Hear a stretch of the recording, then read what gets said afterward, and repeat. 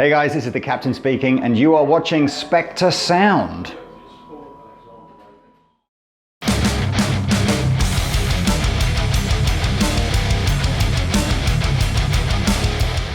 Hey everybody, how's it going? Just got back from Europe.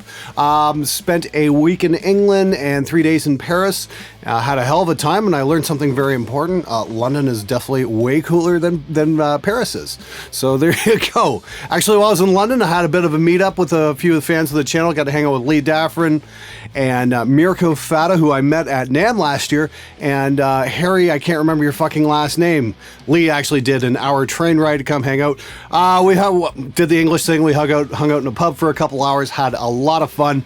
Just shot the shit about guitars and YouTube and all the rest of the bullshit. Was great. Had a great time. And as you can see by the intro, made the trip out to Guildford and got to hang out with the Andertons crew for a little while. Those guys are amazing. Very cool store. So if you're in the UK, make sure you stop by Andertons because, very impressive layout they've got there. I was actually kind of impressed with just how well they've used the available space. There's not a lot of space being wasted in that shop, let's put it that way. Very impressed with the stock that they have there as well. Recording stuff, guitar stuff, keyboards, drums, they've got everything. I mean, they even had a special dedicated bass room, and I could feel my IQ plummet when I walked in there. Magnificent shop, great bunch of dudes. Got to hang out there with Matt and Rabia for a little while. I guested on one of their videos, so keep your eyes open for that. Hopefully that's going to be up really soon. It was like how to do a Randy Rhoads sound on a budget, which should be pretty fucking cool. And got to hang out there with Captain Anderton for a little while at the pub next door, so that was pretty cool too. Anyway, it's been a while since I got to do one of these. If you recall, I had two viewers' comments videos come out one day after the other, and the second one was actually supposed to come out yesterday, not a week ago. So there you go. It doesn't matter how much you plan ahead for your vacation time, you're still bound to fuck something up. Anyway, let's get to it. I saw a guy at a show with your "Stop Cupping the Mic, Dumbass" t-shirt on, and the vocalist for the first band's response was, "It's a free country and I can hold it however I want." This isn't regular stupid, this is advanced stupid. You know, that's the thing. It is a free country, and you can hold a microphone however you want. That is absolutely true. And just remember, it is a free country, and we are free to mock the living shit out of you when you hold it like a fucking idiot. Don't hold the mic this way. It sounds bad. Well, I can do it however I want. Yes, you're an idiot. Pretty fucking simple stuff. I just had a band show up totally prepared because they watched your videos. LOL, good work. Well, dude, happy to help whenever I can. I'm glad my videos are starting to have an impact with bands. I mean, like I said, I've just been doing this for so fucking long. I see the same mistakes being made over and over and over again. Might as well highlight them and show people how to avoid that and save time and save money. I mean, it's a lot of it's common sense, and I've had a few people comment, "This is all just common sense stuff." Yeah, no fucking shit, it's common sense. The problem is, especially in the metal world, there doesn't seem to be a lot of common sense involved when it comes to actually recording bands on all sides. So, just laying out a few simple ground rules definitely can help in the recording process and wind up saving people an awful lot of money. I would really like to know, Glenn, do you have any other people that work with you over at SpectreSoundStudios, Spectre Media Group? Or is SMG your own business that you run independently? We only ever see you in the videos for the most part, and you talk about producing the videos yourself. I was just curious if you had any other people you employ from time to time. Running a professional studio as well as a successful YouTube channel seems like a big job for one man. Cheers from Kingston, Ontario. Well, yeah, there's a lot going on behind the scenes. I've got a few people that I work with on a regular basis who come in and help out. And yeah, it's about time they get their due. First and foremost, Mr. TJ Dowhaniak, who is not only a fantastic drummer, he is an absolutely brilliant production assistant. The guy knows how to get shit done. When we go out on location, or there's just generally a lot of crap that needs to get done, whether it's Tetrising stuff into the back of a van to make more efficient use of the space, or just generally getting cameras and lights and microphones and stuff like that set up, TJ is definitely the man. I can't thank the dude enough. He's absolutely magnificent. Other notable people would be Mr. Brandon Wright, who's helped out on a number of things, including the History of Distortion series. Brandon's been a longtime friend. I've done a couple albums for his band over the years, and he comes in again and helps out time to time. We're going to be doing an episode on Strats and metal very soon, and that was had a lot to do with Brandon's influence. He's actually going to start contributing on the channel. We're going to do his show called The Power Metal Point on this channel just because we've got more reach here. And I think we're going to be expanding a little bit in the channel as well, just so we can bring you guys more content more regularly, because it should be a lot more fun. Other notables, of course, would be Mr. Chris Rafinsky, who's played on I don't know how many freaking things. That's one thing I do is like, I'd rather bring in better guitar players than me and showcase their talents. And of course, Mr. Keith Wilkinson, who's been playing bass on an awful lot of demos recently as well.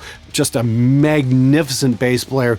I wish more guys played like Keith. Then again, if more guys played like Keith, I probably wouldn't have a successful YouTube channel. Hey Glenn, question. Do you think reamping from a live performance is something you prefer over keeping the original live sound and mixing with that the band had during the performance? Let's narrow this down and assume that the original performance sounded awesome. Well, yeah, why not? I mean, like, if it did sound awesome, keep it. But I mean, you know, if you want isolation and that kind of thing, that works as well. It's funny you mention that, because I actually did get to reamp the guitars for Despised Icons Montreal Assault. And I was very fortunate to be part of that. And the guitars just sounded brilliant. They were just amazingly played. And it was all live. You could hear them tuning up between the takes and whatnot. And yeah, we just got a monster fucking sound. Reamping from a live performance can definitely give you options you wouldn't normally have. So if you're recording a live performance, always take a direct track just to be on the safe side. That's your safety net. I don't record guitars without using a direct box on guitars. Doesn't matter if it's live studio or whatever. Always have that safety net, because reamping is an amazing thing. Hey Glenn, I had an argument with my friend saying you can't hook a pedal to a practice amp. Is that possible? Yes, it is possible. If you had an argument with your friend over something as simple as that, I'd suggest don't waste your time arguing with that friend, because you're obviously not going to get much valuable information that way. Sounds like the both of you guys need to do a little more research, and that's fine. We're all new at one point. Practice amp works just like a regular amp. Yes, you can put pedals in front of it. Depends on the practice amp. I mean, like, a lot of that stuff will have, you know, the effects all built in and stuff too. Like, say, like the accursed Line 6 Spider. I mean, like, that's going to have a whole bunch of effects. The effects actually aren't that bad. It's the distortion I've got a problem with. But there's no reason you can't turn those effects off and use the effect on a pedal as well. I mean, like, it really comes down to personal preference.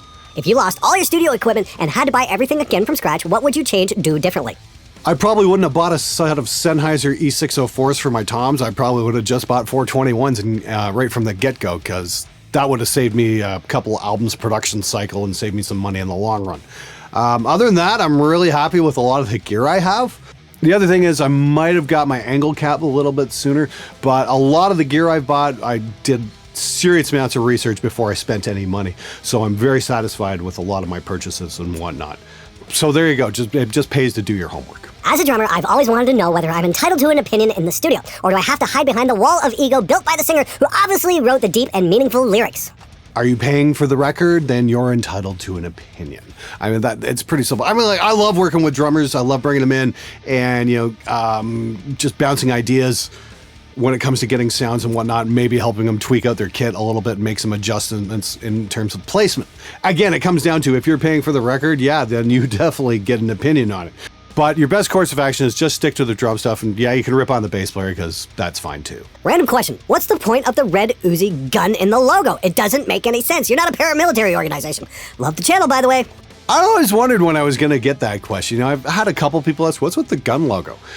The simple fact is, I wanted a logo that was instantly recognizable. I wanted something iconic. You know, it's like, you look at the Coca-Cola logo, you look at the McDonald's logo, they're very easy to read. They get the point across instantly, and that's what I want. I want something just brand name recognition, boom, there you go. And that's where we got the SMG logo, and these logo shirts are on sale at the SpectreMedia.ca shop. Seriously though, it originally started out as Spectre Sound, but I got thinking Spectre Media Group, because I was getting more into photography and video production, and as I was expanding. So I thought Media Group would be good, and then I was like, hey, SMG, submachine gun, get it? Submachine gun. So if you play a lot of Fallout and whatnot, there you go, that's the SMG thing.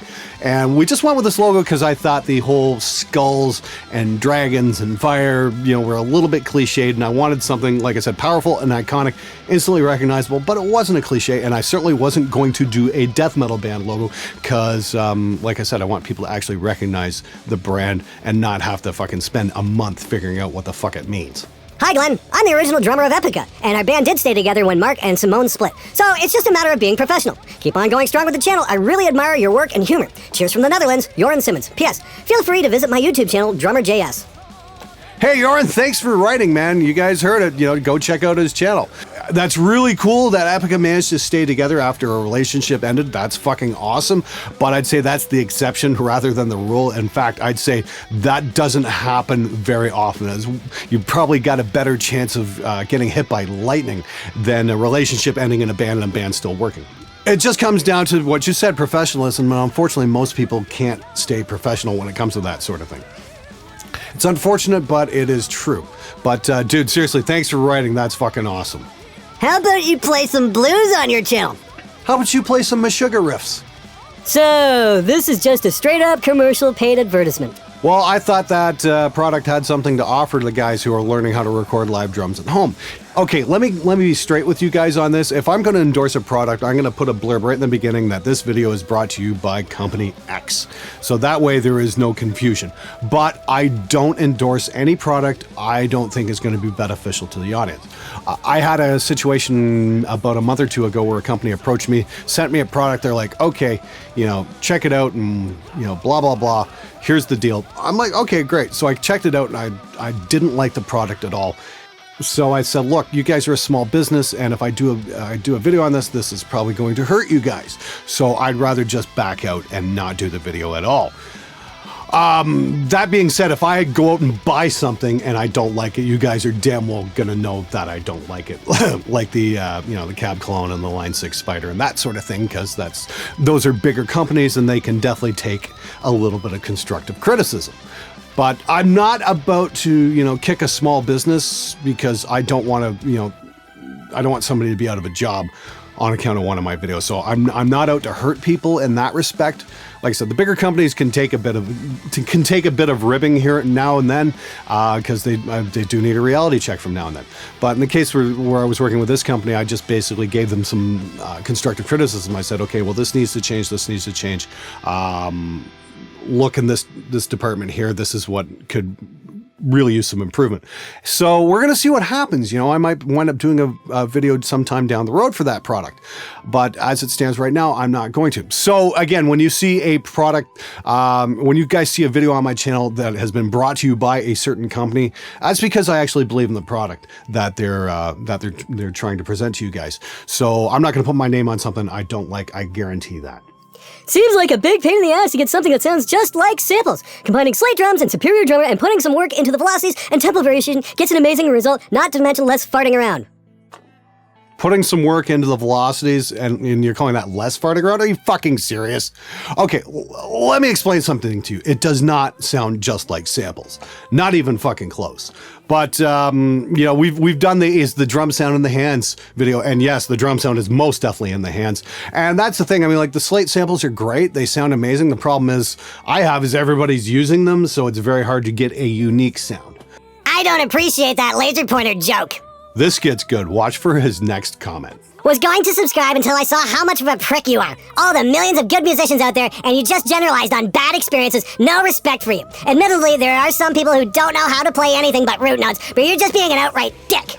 I have met more than my fair share of guitarists and drummers that have no fucking clue and think they are the shit. If you just shut your fucking fat gob about your twatish opinions and talked about something fucking useful, that would be better than giving fucking beginners 101 laced with a hate speech. Fuck you, dude! Hate speech. Really? It's fucking hate speech. Okay, let's get this fucking straight, pal.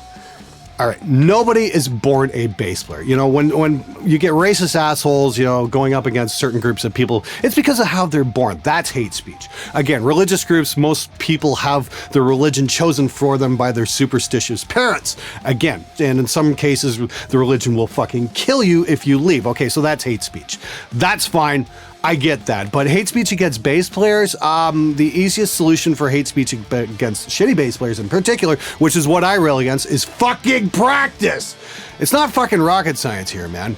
I mean, nobody is born a bass player. You choose to pick up a bass and then you choose to not practice. Hopefully I spelled that out in terms even your puny mind can understand. All right, guys, thanks so much for watching. That's this episode. I will see you guys next week. Got a lot of cool stuff coming up. Like I said, I really want to get going on this episode. I think that's going to be a real eye-opener for all of us included, because I've got certain theories, and I'm sure you guys have certain theories. Let's see what happens. Anyway, support the channel. Buy a shirt. Got the SMG logo shirts here. Got a whole bunch more in stock. Check them out. I will see you guys next time.